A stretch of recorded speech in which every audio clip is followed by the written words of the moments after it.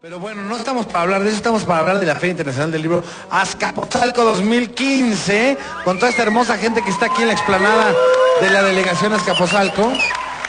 Una más de las batallas que hay que dar, ahora que se tienen que dar estas batallas en el desierto de concreto. Y Marina Taibo está con nosotros, que organiza junto con muchos estas brigadas para la libertad y que ha hecho posible que estas ferias internacionales del libro lleguen a cada una de las delegaciones del Distrito Federal. Marina, ¿cómo estás? Qué gusto saludarte, como siempre. Un placer estar aquí, de verdad. Ahora sí que con la familia huesera, porque de verdad siento que son hermanos de la Brigada para Leer en Libertad. Sin duda. Un apoyo impresionante. Y bueno, ojalá Dios te oiga lo que acabas de decir y que sean todas las delegaciones, ¿verdad? Porque digamos que hay algunas así como que no nos quieren mucho, como que no aprecian así mucho la cultura, que digamos.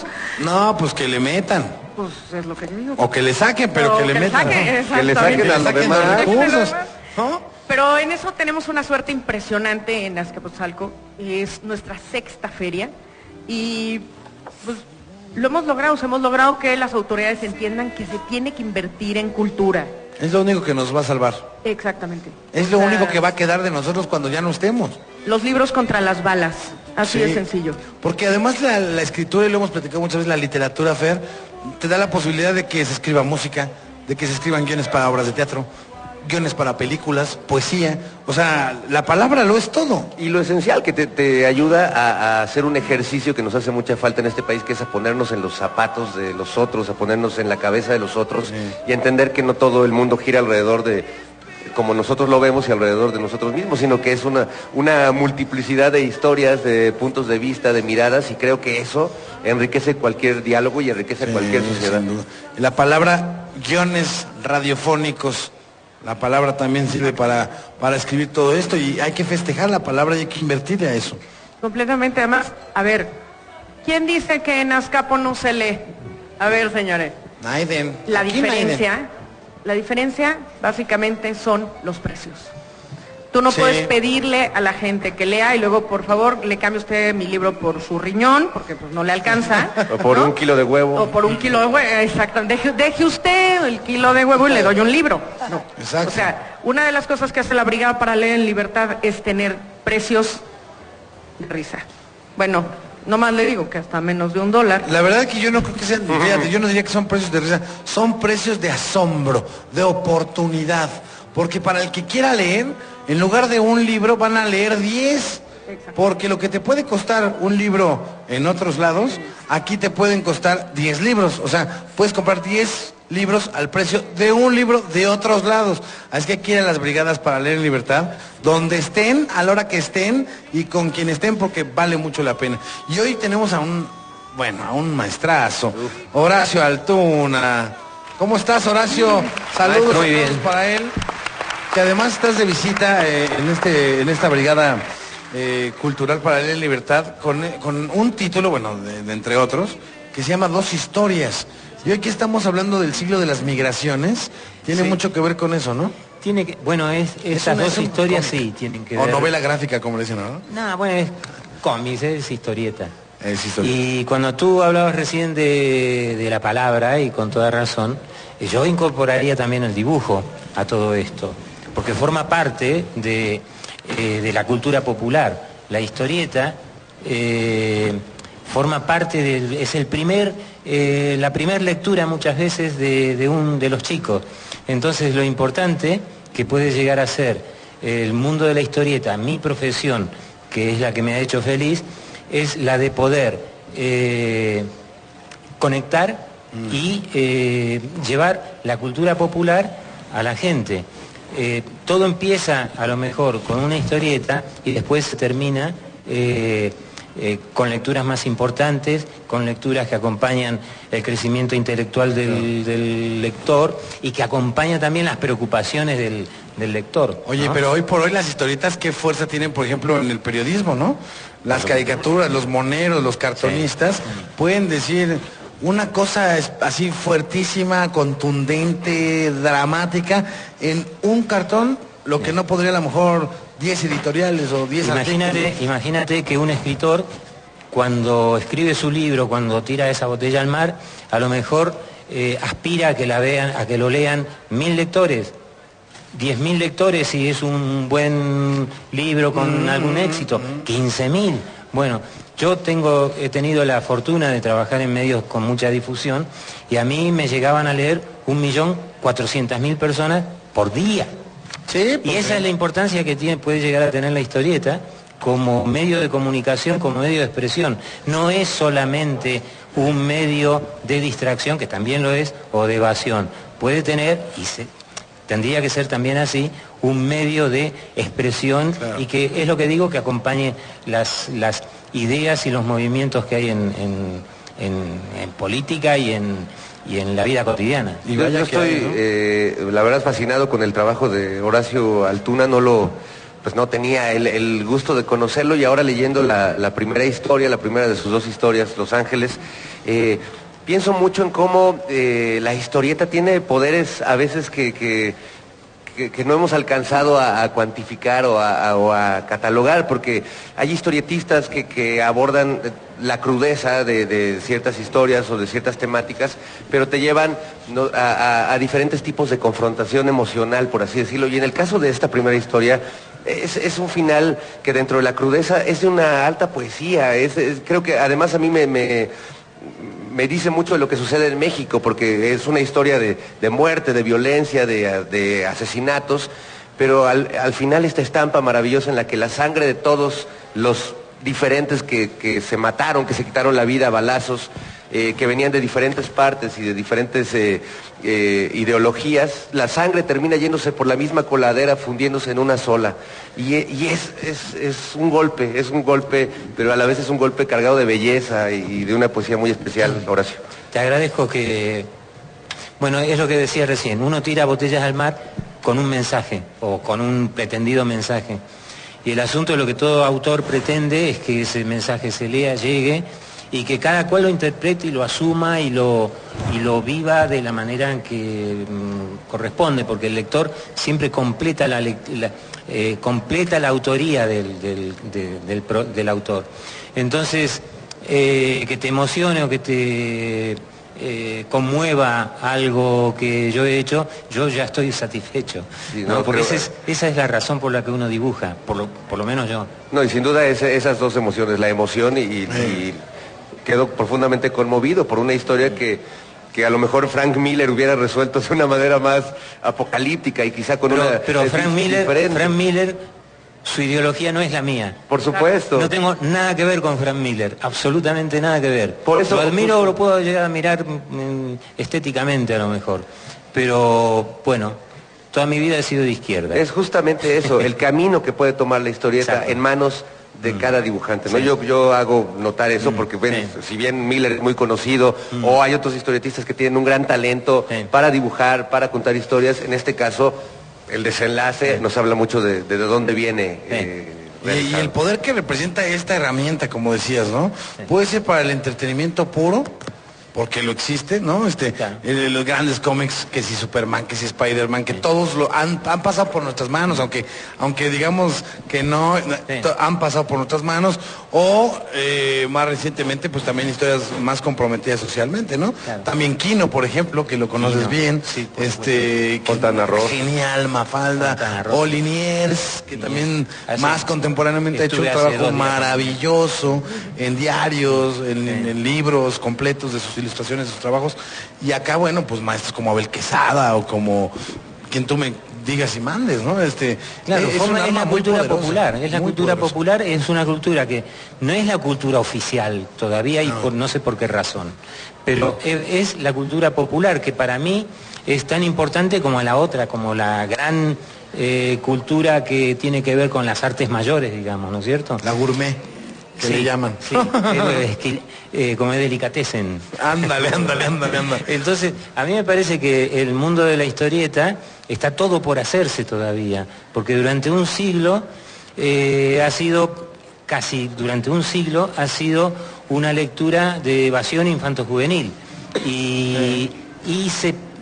Con la historieta se puede hacer todo, cualquier mensaje, cualquier forma narrativa, y que aborde cualquier temática. Y entonces lo importante es que no se quede siendo una lectura infanto-juvenil, sino que además pueda acompañar el desarrollo intelectual, que acompañe el crecimiento, otras cosas, ¿no? Claro, que acompañe el crecimiento del propio lector, ¿no? Porque está bien leer a los 15 años Spider-Man, pero a los 40, además de leer Spider-Man si quiere, hay otras cosas que pueden ser importantes para la vida del lector. Ir pasando, brincando, ser trapecista de la literatura, ¿no?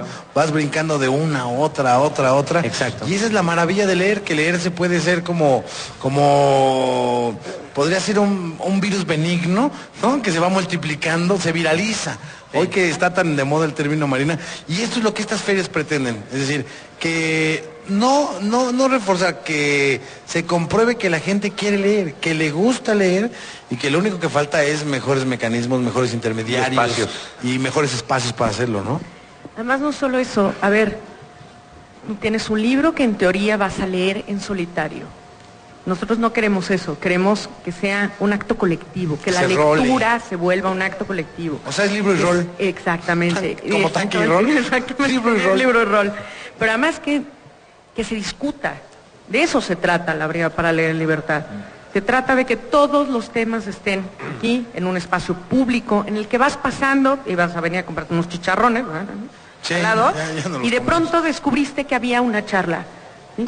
O descubriste que había una lectura de poesía, ¿sí? Y te topaste con la literatura y te atrapó y se volvió un acto colectivo. Que además creo que esto que planteas, Marina, es muy interesante porque, por ejemplo, a los niños, ¿no? Que siempre nos cuestionamos por qué no leen los niños cuando el papá agarra el libro y se lo avienta y le dice, léelo. Es muy diferente cuando se comparte este fenómeno y el papá se sienta al niño y leen juntos un libro o leen juntos una historieta o comparten y la verdad es que parte de la belleza de la lectura es eso, que uno termina de leer un libro e inmediatamente sabes a quién se lo quieres prestar, a quién se lo quieres recomendar, a veces ni siquiera te esperas, vas y lo compras y se lo regalas a esa persona. Exacto. Y siempre es un placer compartido, o sea que yo creo que me parece increíble que ustedes lo planteen así desde el inicio, ¿no? Yo siempre digo, hay una cosa que me gusta mucho de un famoso colaborador del Hueso, Benito Taibo, que dice, San Harry Potter, sí, ¿no? Que logró que los niños leyeran unos tochos de este tamaño que no había Dios ni quien los cargara, ¿no? Pero luego, bueno, vino Crepúsculo y la fregamos, ¿no? Y entonces, ¿qué hacer con esos lectores que de pronto tienen 16, 17 años y que no han logrado dar el salto a una literatura... A madurez literaria, ¿no? Exactamente. Y existen opciones. Y existen muchas opciones, y de eso se tratan las ferias. Porque además eso tiene la feria, que lleva a los autores de las localidades también a sus localidades, a que la gente de sus propias delegaciones, colonias, conozcan que al lado de su casa quizá hay alguien que esté escribiendo cosas maravillosas y uno dice, ay, pinche vecino, ponle bien su música de Marisela o no sé qué. Y a lo mejor es un gran literato y no Le sabemos. voy a tocar mañana. Fíjate, mi papá me acaba de mandar un mensaje porque te digo que esto de leer juntos siempre se nos ha dado. Me dice, un historietista de Azcapotzalco en la colonia San Álvaro fue Germán Butze, creador de los super sabios, por ejemplo. Los grandes super sabios. Hasta película tenía, ¿no te acuerdas? Hicieron la película de los super sabios y todo. Germán Butze es de la delegación de Azcapotzalco. Gracias, papá, que me acaba de dar el dato. El ingeniero Sacachispas. Oye, además, perdona, adelante. Recién hablaban precisamente de este tipo de eventos y que ponen al alcance de la gente a muy bajo precio libros. Por alguna razón, la cultura llega a ser cara. Lo cual es como un contrasentido. Y es un contrasentido, pero alguien tiene la culpa de eso. Y alguien apuesta a que no llegue tanto la cultura. Y esa es una lucha que me parece que tenemos que tener todos para abaratar la cultura, el precio de la cultura, mejor dicho. Que pueda llegar a más costo de gente. un libro, el costo de una obra de teatro, el costo ¿no es cierto? del cine. Claro. Me encantaría que nos contaras lo que me contaste hace unos días de tu presidenta Cristina Kirchner sobre la cultura y las bibliotecas. Sí, en mi país, en Argentina, hay una formidable campaña oficial del Estado para comprar libros para bibliotecas populares y para colegios.